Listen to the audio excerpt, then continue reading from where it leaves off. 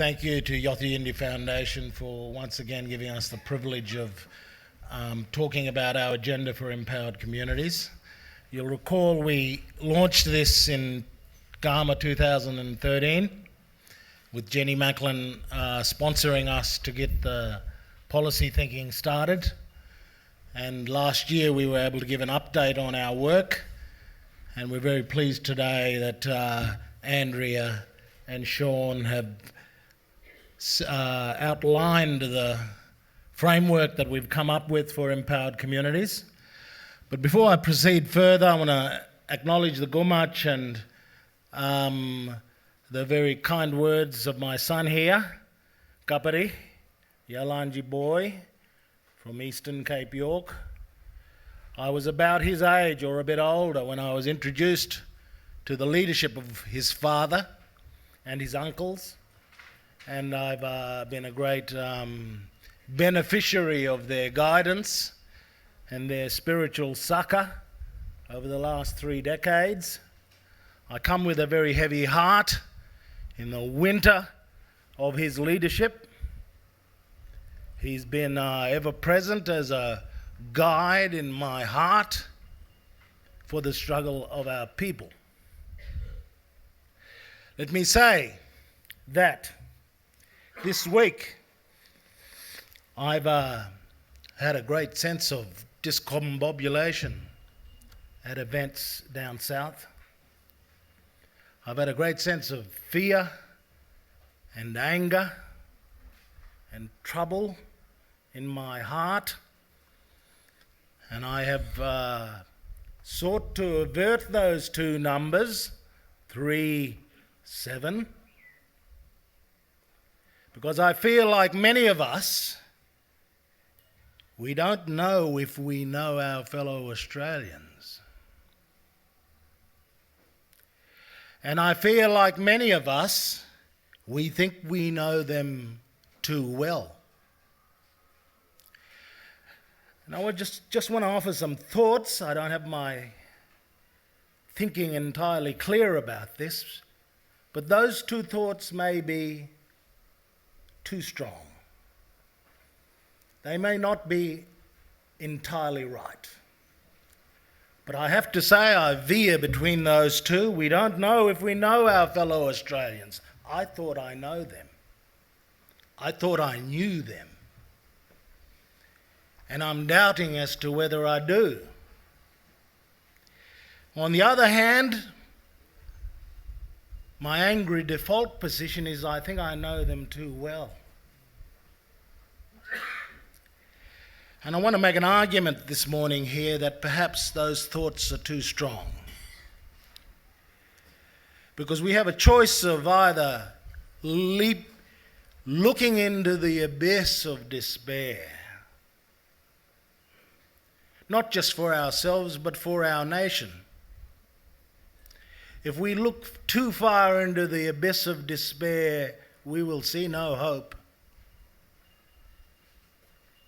If we think after 200 plus years, this is as far as we can take it, it will be the abyss that consumes us. So we got to look forward to the blue horizons of hope. We got to believe in the better angels of our nature. We got to believe that we can summon up a better Australia than the one we too often show ourselves to be. So I want to make the case in my short remarks here this morning for hope. I want to make the case that we can rise above our anger and fear. I am as consumed with anger as any of our black Australians. Whenever my eyes have turned on the media coverage and the social media commentary, I have been consumed with rage. But we have to believe that the horizons of hope are more enduring than the abyss of the past. We gotta believe that the future can finally emerge someday for this country. I've been reading the English conservative philosopher Roger Scruton and trying to find some common ground with traditional conservative thinking on the part of whitefellas with our own tradition. And of course, English conservatism is concerned at its heart with respect for the dead.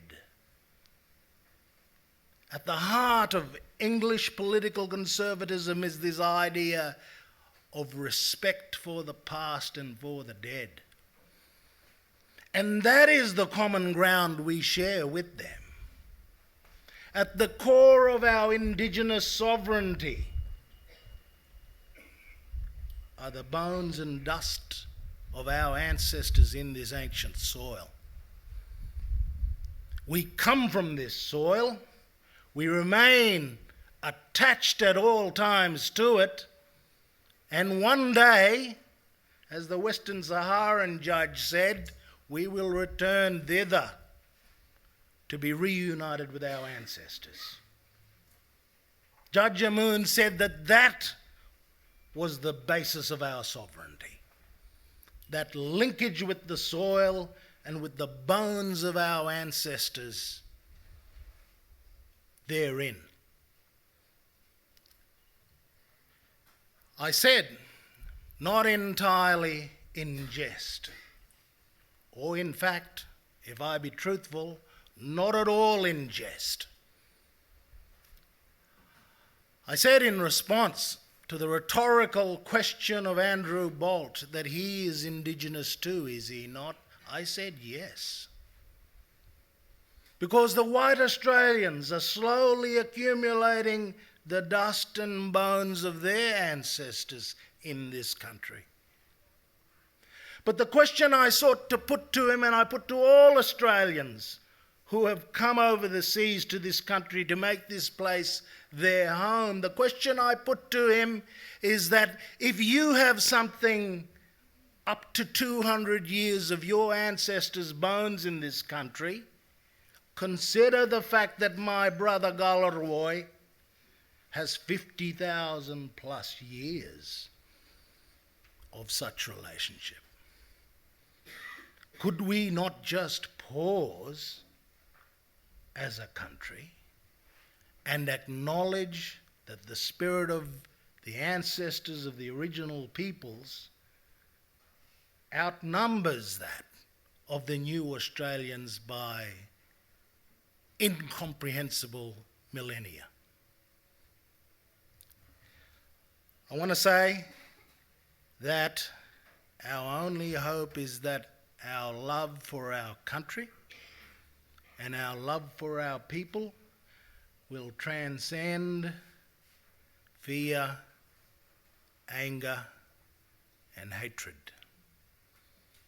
It is easy for me to say that because I am the least practitioner of patience and forgiveness. I can only urge better angels to emerge in the hearts of our Indigenous brethren, sisters, fellow Australians than lurks in my own heart. There's not a night when I don't feel the splinters in my mind about our predicament that Galarrwoy spoke so movingly about in his essay for the Monthly. When I read that phrase, the splinters in my mind are never assuaged. We could all feel, those of us who work in these too often stony fields of despair and marginalisation and struggle. We all know what he means when he said that. And I hope that in the next 3 decades, I might be able to provide to my son, Galarrwoy's boy, the kind of succour his father provided to me in the enthusiasms of my youth. I want to say in relation to our empowerment agenda that one way to think about it is that empowerment and recognition are complementary. The empowerment of our people and the recognition of our identity and our culture are a complementary agenda. And perhaps one way of articulating what that policy might fundamentally be is that empowerment plus recognition equals reconciliation. We have to recognise the culture of our people, the languages of our people, the history and truth of this nation in order to move ahead. And at the same time, we must answer the practical agenda of empowerment, of self-determination, of the right to development, and the right of our people to seize our own destiny. Eleanor Roosevelt said it so plainly many years ago that the government can never do anything that we ourselves are unwilling to do for ourselves. There's nothing that the government can change for the better for us that we ourselves are unwilling to do. And our empowerment agenda is really a re-articulation of an old agenda of our Indigenous cause.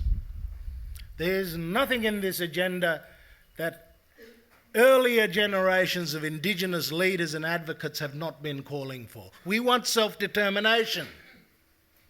We want to chart our own destiny. We want self-management of our own affairs. And we want to empower the First Nations of Australia to take charge of their children's futures. Let me close by saying what I think the vision is. It is, again, shared with a kind of Judeo-Christian idea as well that I think has ancient Indigenous resonance. And it is the idea that what we seek is that the First Nations of this country shall continue to live long on the earth.